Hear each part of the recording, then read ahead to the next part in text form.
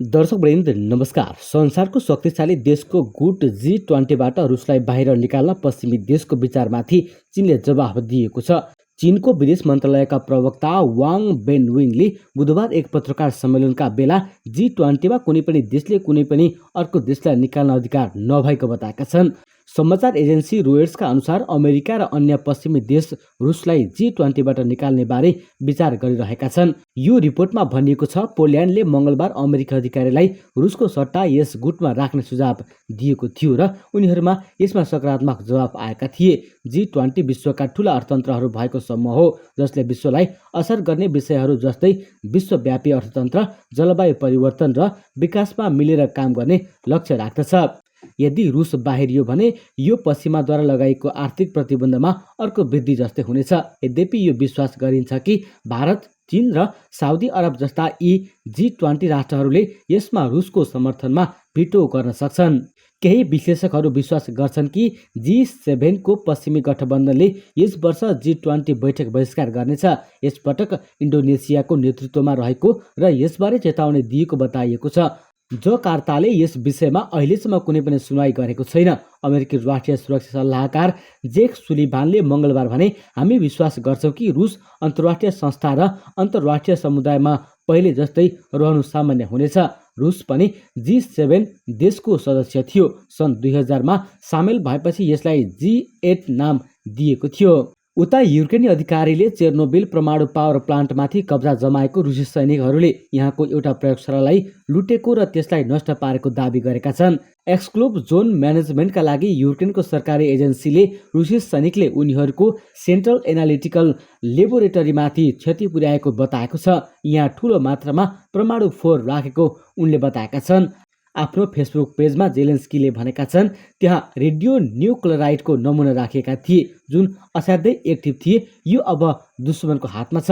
एजेन्सीका अनुसार यो प्रयोगशालालाई 60 लाख युरो खर्च गरेर बनाइएको थियो। एजेन्सीले भनेको छ, यहाँ यस्ता निकै महत्त्वपूर्ण उपकरणहरू राखेका थिए जुन युरोपको अन्य स्थानमा छैनन्। सन् 1986मा चेर्नोबिलमा संसारको सबैभन्दा भयानक परमाणु दुर्घटना भएको थियो। त्यसपछि यो प्लान्ट बन्द छ। यद्यपि यसलाई नियमित रूपले रेखदेखको आवश्यकता पर्दछ। युक्रेन विरुद्ध युद्ध सुरु गरेको केही दिनमा रुसी सेनाले यो पावर प्लान्टमा कब्जा जमाएको थियो र यहाँ काम गर्ने कर्मचारीलाई केही दिन त्यहाँ नै राखेको थियो। पछि उनीहरूलाई छोडिएको थियो। यो हप्ताको सुरुमा युक्रेनको संसदले चेर्नोबिल प्लान्ट वरिपरिका स्थानको जङ्गलमा आगलागी भएको बताएको थियो। सेटेलाइट तस्विरमा पनि यो कुरा पुष्टि भएको छ।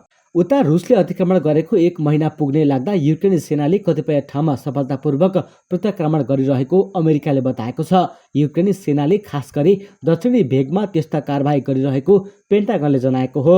अमेरिकी रक्षा मन्त्रालयका अनुसार अतिक्रमणकारी रुसी सेनाको कब्जामा पुगेका केही भूभाग पुनः नियन्त्रणमा कायम गर्ने गरी युक्रेनी सेनाले सफलतापूर्वक कारबाही गरिरहेको छ। पेन्टागनका प्रवक्ता जोन बर्बीले युक्रेनीहरू खास गरी दक्षिणी भूभागका केही क्षेत्रमा प्रत्याक्रमणमा उत्रिएको बताएका छन्। राजधानी किएभ स्थित बीबीसी संवाददाता लिज डुसेटले अतिक्रमण सुरु हुँदाका पूर्णतः रक्षात्मक अवस्थामा रहेका युक्रेनीहरू अहिले ठाउँ ठाउँमा प्रत्याक्रमणमा उत्रिएको बताएका छन्। क्राइमियाको सबभन्दा नजिक रहेको र रुसी कब्जामा गएको खेरन सहरलाई आफ्नो नियन्त्रणमा लिन युक्रेनीहरू प्रयत्नरत रहेका छन्, उनले बताए। यस्तै दक्षिणको अर्को ठुलो सहरमा स्थानीय नागरिक तथा युक्रेनी सेनाले रुसी ट्याङ्कको एक लहरलाई नै ध्वस्त पारेर सहरमा आक्रमण गर्न खोज्ने रुसी सेनालाई पछि हट्न बाध्य पारेका छन्। राजधानी किएभको पश्चिममा रहेको मकारिभ नगरमा फेरि युक्रेनी झण्डा फहराएको विवरण आएका छन्। तर दक्षिणी बन्दरगाह सहर मारिओपोलमा भने सहरको केन्द्रमै चर्को लडाईँ चलिरहेका छन्। युक्रेनी राष्ट्रपति भ्लोदिमिर जेलेन्स्कीले मारिओपोल सहर नै अब बाँकी नरहेको समेत बताएका छन्।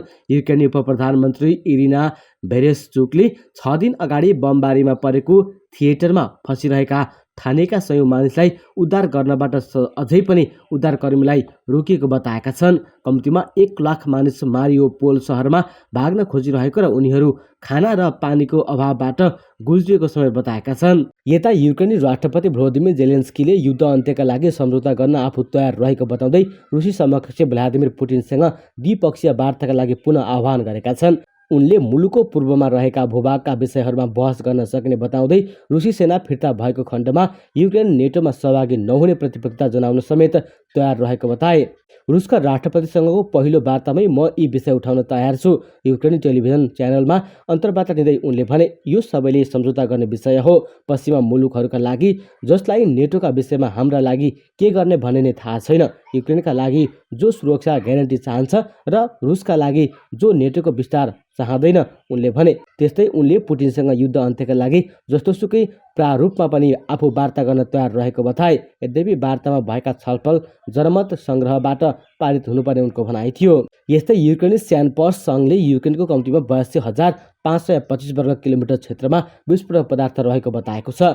यो एरिया पुरै अस्ट्रिया देशभन्दा ठुलो हो। जितपछि यी क्षेत्रलाई मानवीय विनाशको शिकार हुनुपर्दछ, सङ्घले सोमबार फेसबुकमा पोस्टमा लेखेको छ। रुसी घेरामा परेको दक्षिणी पूर्वी सहर क्रामाटोर्कमा रुसले प्रतिबन्धित फस्फोरस हतियार प्रयोग गरेको युक्रेनी अधिकारीले बताएका छन्। युक्रेनी अधिकारीहरूले बारम्बार मस्कोलाई फस्फोरस बमहरू प्रयोग गरेको आरोप लगाउँदै आएका छन्। फस्फोरस बमले अत्याधिक ठुलो क्षेत्रमा आगो लगाउन सक्छ। सन् 1977 को जेनेभा कन्भेन्सनले द्वन्द्वमा सेतो फस्फोरस बमको प्रयोगमा प्रतिबन्ध लगाएको थियो। यस्तै रुसी ऊर्जा कम्पनी ग्लाजप्रोमले युरोपेली उपभोक्ताहरूको अनुरोध अनुसार युक्रेन हुँदै युरोपमा ग्यास आपूर्ति गर्न जारी राखेको बताएको छ। यस्तै लन्डन स्थित रुसी दूतावासको अगाडि युक्रेनी झण्डा फहराएको छ। युक्रेनमा युद्धको बारेमा रिपोर्टिङ गरिरहेका पत्रकारहरूको हत्याको विरोधमा लन्डनमा प्रदर्शनकारीहरूले रुसी दूतावासको अगाडि युक्रेनी झण्डाको रङ फहराएका हुन्। युक्रेनका राष्ट्रपतिले रुसी आक्रमण विरुद्ध आफ्नो देशको लडाईँको लागि अन्तर्राष्ट्रिय समर्थन जुटाउन बुधबार जापानी संसदलाई सम्बोधन गर्ने तयारी गरेका थिए। एक टेलिभिजनका अनुसार फेब्रुअरी 24 रुसी आक्रमण सुरु भएदेखि युक्रेनको आपतकालीन सेवाहरूले देशका कम्तीमा 651 आवासीय भवनहरू पूर्ण रूपमा ध्वस्त भएको बताएको छ। यस्तै करिब 3,780 घरमा क्षति पुगेको टिभी स्टेसनले सेवालाई उद्धृत गर्दै बताएको छ। युक्रेनी सेनाले भीषण युद्धपछि रणनीतिक रूपमा महत्त्वपूर्ण किभ उपनगर माकारिभबाट रुसी सेनालाई बाहिर निकालेको बताएको छ।